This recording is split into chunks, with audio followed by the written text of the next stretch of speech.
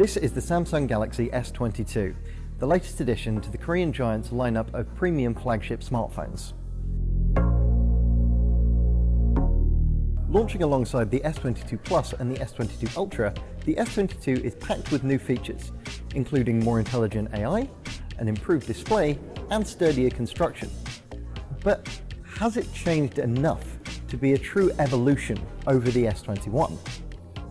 We're here at Samsung's KX Experience store in London to get a hands-on look at what the new devices have to offer. The first thing you'll notice about the S22 is that for the first time since Samsung's S5, it's gone with an entirely flat front and back panel, ditching the iconic curved screen.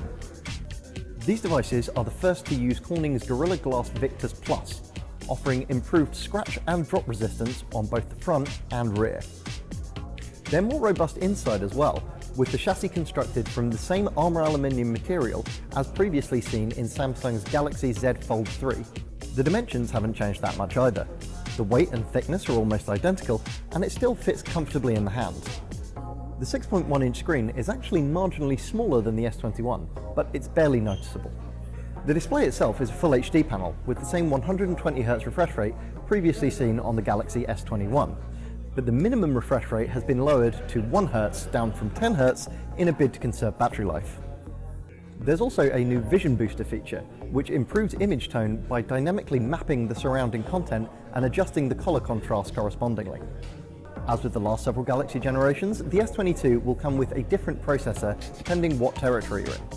Customers in the US can expect a Qualcomm Snapdragon 8 Gen 1 processor, but in the UK, the phone is powered by a 4nm CPU, the Samsung Exynos 2200, in addition to 8GB of RAM.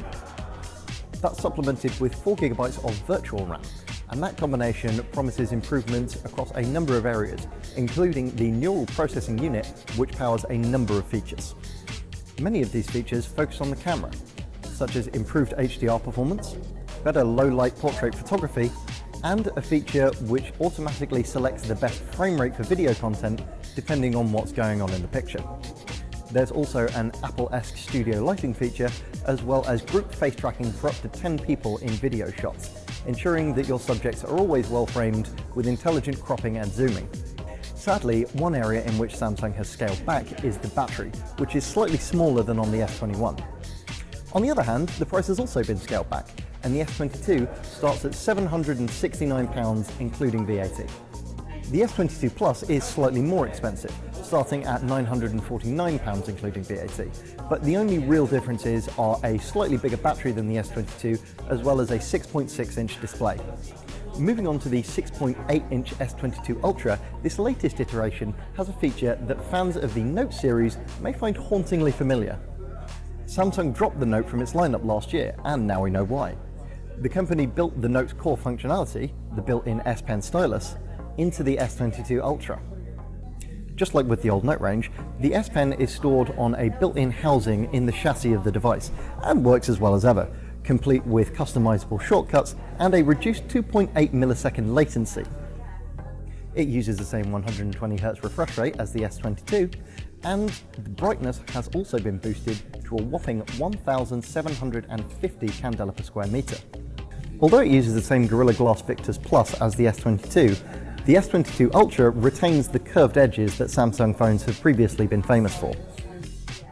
As you'd expect, the S22 Ultra is physically larger than the S22, but it still feels perfectly comfortable in hand and is an ideal size for handheld note-taking.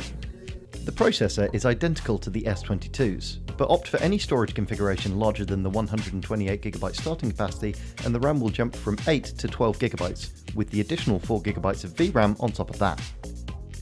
The battery capacity has also remained unchanged, so we're expecting a similar level of performance to the S21 Ultra's 22.5-hour battery life from this device.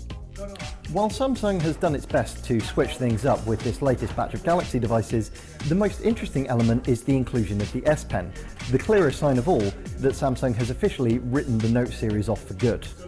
With that being said, the phones themselves seem as classically capable as you'd expect from a Samsung flagship, and we're excited to get them in and give them a full test as soon as we can. Whether or not they've done enough to differentiate themselves from the legions of amazingly capable high-end and mid-range devices on the market, however, remains to be seen.